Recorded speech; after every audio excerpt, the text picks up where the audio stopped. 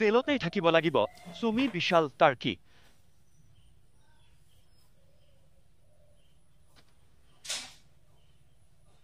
জামিন পায়ো কাৰাগাৰৰ পৰা ওলাব নোৱাৰিব ভিআইপি প্ৰবঞ্চক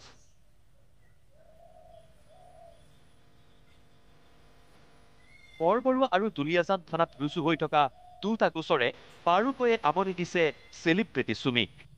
25 অক্টোবৰ ডিব্ৰুগড়ৰ পৰা গুৱাহাটীৰ কেন্দ্ৰীয় কাৰাগাৰলৈ লৈ অনা হৈছিল ট্ৰেডিং কুইন সুমি বৰা পাতি লোৱা ভাইটি বিশাল ফুকন আৰু সুমিৰ স্বামী তাৰ্কিক বৰাক কাৰণ আনৰ টকাৰে জীৱন উপভোগ কৰা সুমিহঁতৰ ট্ৰেডিং কেলেংকাৰীৰ গোচৰ স্থানান্তৰিত হৈছিল CBI-লৈ সেয়ে পতি পত্নী আৰু পাতি লোৱা ভাইটি অতিথি হৈছিল গুৱাহাটী কেন্দ্ৰীয় কাৰাগাৰৰ আৰু সেইদিন ধৰি সুমিহঁতৰ এটাই ডিউটি জেলৰ পৰা আদালত আৰু আদালতৰ পৰা জেল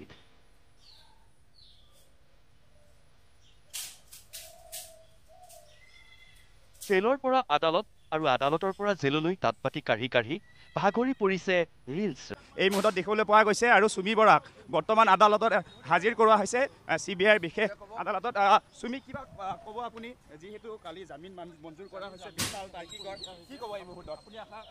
আপুনি আশাবাদী নেকি আপোনাৰ ভুল আছিল নেকি আপুনি কি ক'ব বিচাৰিব এই মুহূৰ্তত আমি দেখুৱাইছোঁ এয়া সুমি বৰাক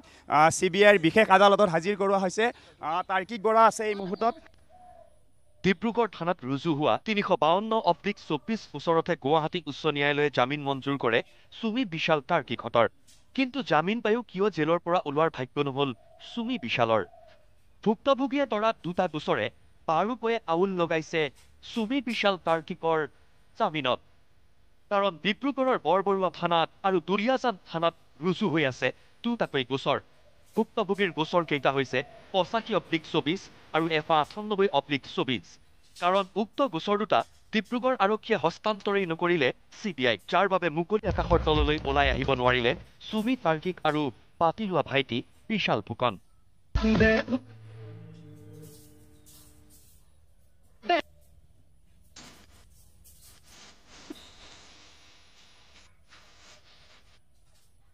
যেন বিধিয়ে দিলেও বিধাতাই নিদিয়ে এই তিনি প্ৰবঞ্চকক কাইলৈহে গুৱাহাটী উচ্চ ন্যায়ালয়ত হ'ব সুমি বৰাৰ জামিনৰ শুনানি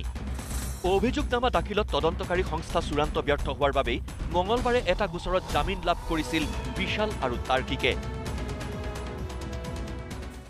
তদন্তকাৰী বিষয়াই সময়মতে চাৰ্জশ্বিট দিব নোৱাৰাৰ বাবে গুৱাহাটী উচ্চ ন্যায়ালয়ে জামিন মঞ্জুৰ কৰিলে বিশাল তাৰ্কিক আৰু স্বপ্ননীল দাসৰ আজি বিয়লি মুকলি আকাশৰ তললৈ ওলাই আহিব স্বপ্ননীল দাস কিন্তু এতিয়াও জেলতে থাকিব লাগিব বিশাল তাৰ্কিক আৰু সুমিয়ে কাৰণ দুলিয়াজান আৰু বৰবৰুৱা থানাত এই তিনি অভিযুক্তৰ বিৰুদ্ধে ৰুজু হৈ আছে দুটাকৈ অন্য গোচৰ